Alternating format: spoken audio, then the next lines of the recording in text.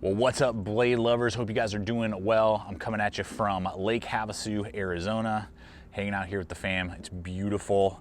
We're blessed to be able to get this beachfront property, and we're just having a blast. And today we're gonna be talking about EDC knives from the Czech Republic, and particularly the A200 from Acta non-Verba. Now, we came across these. I was just stumbling across them like a year and a half ago on Instagram, saw their lines, saw their designing and materials. I was like, dang, those are some sick blades and some sick lines for their tools. And they recently came out with this new model, new design. And so we're gonna break it down for you today. I've had a chance to really be able to use it, get some good work with it, carry it in the pocket regularly for a while now, so I can give you guys some good feedback, running some competitive options because there are quite a few. And so with that, let's go ahead and jump on over the table and see what this blade has going on and some of the features that it's offering for us here in 2021. All right, so let's go ahead and jump in first with this blade steel. I haven't used a lot of it. This Sleipner is how I believe you pronounce it, steel. And I'm gonna do my best here, guys. I may have some cuts just because we are at a campground, we got boats and all that type of stuff. I'll do my best with the background noise. So this Sleipner steel has a Rockwell of 60, so that's a really good Rockwell. It's basically like kind of like a super D2 steel is kind of what my understanding of it is.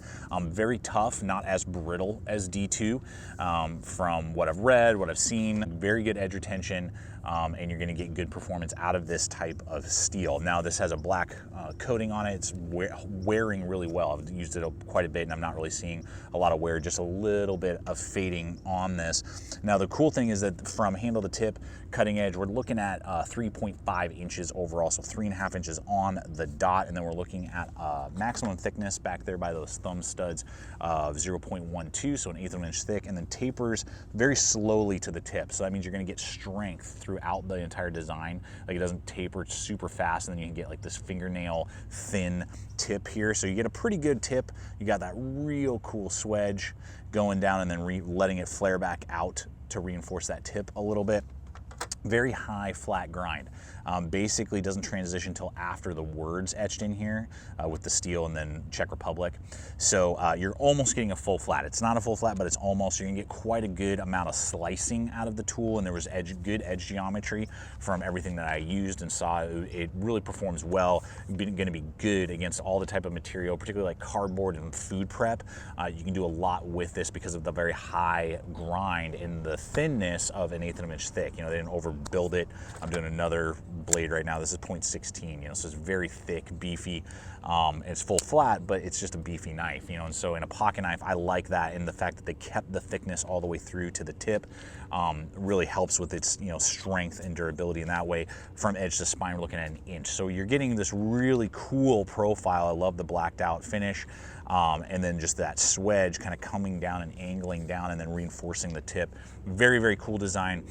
Great for an overall general utility knife. It's not overly piercy and not giving you a lot of belly, but it's not just like an all, again, I'm just gonna run in this Boker because I'm working with it, an all belly knife. You know, the tip is just kind of snub nose and it's not really good for piercing, and kind of gives it this kind of bulldog look, lots of belly, but not good on the piercing. And then you have other ones that are way, almost like a Tanto, and just don't give you a lot of belly. This kind of gives you a really good mix, and partnering with this Sleipner steel, I've been very happy with the performance that I'm seeing, and could outperform a lot of kind of mid-grade steels, and on the higher end, not M390, but kind of starting to push into that realm maybe a little bit. So something that you're just gonna see in all of A&B's knives is that there is a level of styling that you just don't see in a lot of other tools. A lot of tools can be just very utilitarian, very basic. I'll just run in here more for size perspective, and we're gonna talk competitive options later. But, you know, just as an example here, the Benchmade Griptilian, you know, cool knife, looks decent. It's not ugly, but the level of style and just like lines and profile and color popping in the right way, not being over, you know, like crazy. You know, you're not like slapping flames on your pickup truck, but at the same time, it's not, you know, just kind of like, yeah, it's all right there. Like, you know, it's really good looking tool, and the quality control and fit and finish are excellent. Really well done. No sharp angles, you know, no weirdness, or, you know, you can tell like, oh yeah, the centering's off. I mean, the centering is like just dead on. So that's going to kind of bring us into the pivot itself. They call it their A lock now that the patent on the axis lock has been dropped. Lots of brands can now do it, which I think is a good thing. It opens up the market. I don't know what type of springs that they're using. I would assume, you know, kind of industry standard stuff. There seems to be working great. Very smooth deployment back and forth on that pivot style lock right there. You can see we got a good stop bar. The blocking mechanism is ambidextrous. So what we're going to get is when you deploy the blade, flips right open. That lock bar is right there in place. That pivot lock doing its job. Stop pin doing what it's supposed to do. We're getting some rock side to side, none up and down. Very solid up and down. It is running on the, from what I can tell, and I'm going to run in this picture, they do this like custom Teflon bushing that I've never had an issue with, or washer, you know, that has like these holes in it that they then put lube in, and it's very smooth. I mean, it is as smooth as like a Rat Model 1, which are always buttery smooth with those bronze bushings. It's just as smooth as the Griptilian I just rolled in, and I haven't had a breakdown on any of my other Acta non-Verbas that I've had for like a year now. I haven't had any sort of breakdown or wearing or anything like that. That's probably where you're getting a little bit of the rock side to side, and you can play with the pivot if you want to, but the solid lock up and down, that's what you're looking for. More than anything else, and the wobble is not, you know, obnoxious. You're just going to see just a hair there when I do it. Hopefully, I don't know if you guys can see that on frame even. There you go. And then there is that Acta non-Verba right there on that spine. Very cool.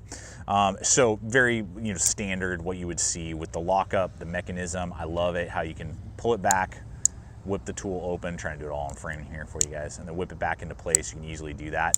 There we go. Boom. Boom. Now, this is kind of something that is an Acta non-Verba staple, is their lumen dot right there. They put on a lot of like watches overseas, you know, like Swiss Army watches, Victorinox watches. So they have that on all of their tools, and at least their pocket knives, and that is a little glow-in-the-dark dot that's there on either side. Very cool thumb stud, but I will say this is the only drawback to the design, is that the lip is just a little bit on the sharp side for me. Not uncomfortable, not something that like, oh, I need gloves. You know, I've had way worse thumb studs, but you can easily engage it. It doesn't want to slip off or anything like that. But it just, because the lip is so thin, and say the honeycomb on the Benchmade just is a little bit easier to grab and not as an abrupt an edge, you just feel it a little more when you're deploying the tool. So I would have liked to see it just a little bit of a different style. And you know, I could see with gloves on maybe that you could ride off of that, just because there's no other traction point and tactile point. So it's nice and smooth, looks elegant, you know, around the office, you know, or a night out on the town, easily engaged. But maybe if it was just a little bit slightly different design thumb stud, I probably would have liked that a little bit more. But other than that, lockup, deployment, styling on it, super cool, and absolutely does what it's supposed to do. Now onto this handle, very cool design. You know, I mean, this is, I would argue, on the bigger side of a pocket knife. This guy's gonna come in at 4.75 inches overall. So you got a lot of real estate. You got G10 handles, you got slick with some traction points. So that means that it's not gonna thrash your pocket, but it's gonna feel comfortable and give you enough traction in the points that you need it without it being overly tactile, you know, and then start feeling like a tactical knife. So it gives you this really good blending. All the angles have been machined really well with the transition. The sides are flat, and again, we'll talk about that a little bit later. So doesn't create any hot spots in my large size hands, as you guys know. Good little cut in there, gives you just a little bit of tactile jimping right there, just enough to give you a really firm grip. Fills out the hand very nicely. You whip that sucker around.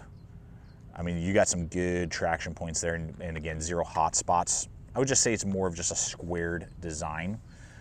So that's something just to kind of consider. Flow through construction, 2.7 ounces. So for that big a tool, very light. This is very, very light, and I believe the lightest tool I'm about to roll in here when we do competitive options. So for the size of blade and materials, that's very impressive. You do get some stainless steel, let's see if I can show you here, points right there around the pivot, so you know it's nice and strong right where all the torque and tension is going to be. All right, so we got an elegant pocket clip here. I love the blacked out wire pocket clip. Excellent. They're just some of my favorite. I don't know Why, really? I think it's just because they're so slim, sleek, they almost look like, particularly if it's a deep ride loop over like this one is, it almost looks like you're not even carrying anything, which I really like. This one has great tension on it. It doesn't flex and move around too much. Some of them can be kind of loosey-goosey, good pivot point. It's got the little, there we go, slits, so you can easily swap it over for left or right, ambidextrous tip-up carry. So excellent pocket clip choice, zero complaints, doesn't cause any hot spots, very ergonomic when you are using the tool as well. All right, let's go ahead and hit pricing and competitive options, because I think this is going to be kind of an exciting, help you determine if the A200 is really worth pursuing or not in this aspect of the video. Now, this is going to run usually about $160 on average. I will have links in the description box below. That's what it's going for over on Blade HQ. Do appreciate it. If this knife or other tools I'm about to run in makes sense for you when you guys use the hyperlinks that we offer to you, really appreciate it. And Acta on Verba did send this over to me so I could test it out, review it, give you guys feedback so you can make a wise choice if it is worth putting in the collection or not. So at $160, we would say for this style of blade, it's starting to creep into the higher end. And just kind of start us off here, the Benchmade full-size Griptilian, usually about $130, maybe a little less, maybe $127 on average, S30V steel. We're gonna argue that the A200 is gonna have a better steel. Again, I haven't done crazy long, edge retention tests and all that stuff, but everything on paper would determine that it's gonna be on the higher, more premium end of steels and gonna hold its edge longer. Now, you're gonna see a steeper grind on the A200, which means that the lower grind on the saber of the Benchmade, we could argue the A200 is gonna probably be a slightly better slicer, particularly like with cardboard and food prep. So something to consider there.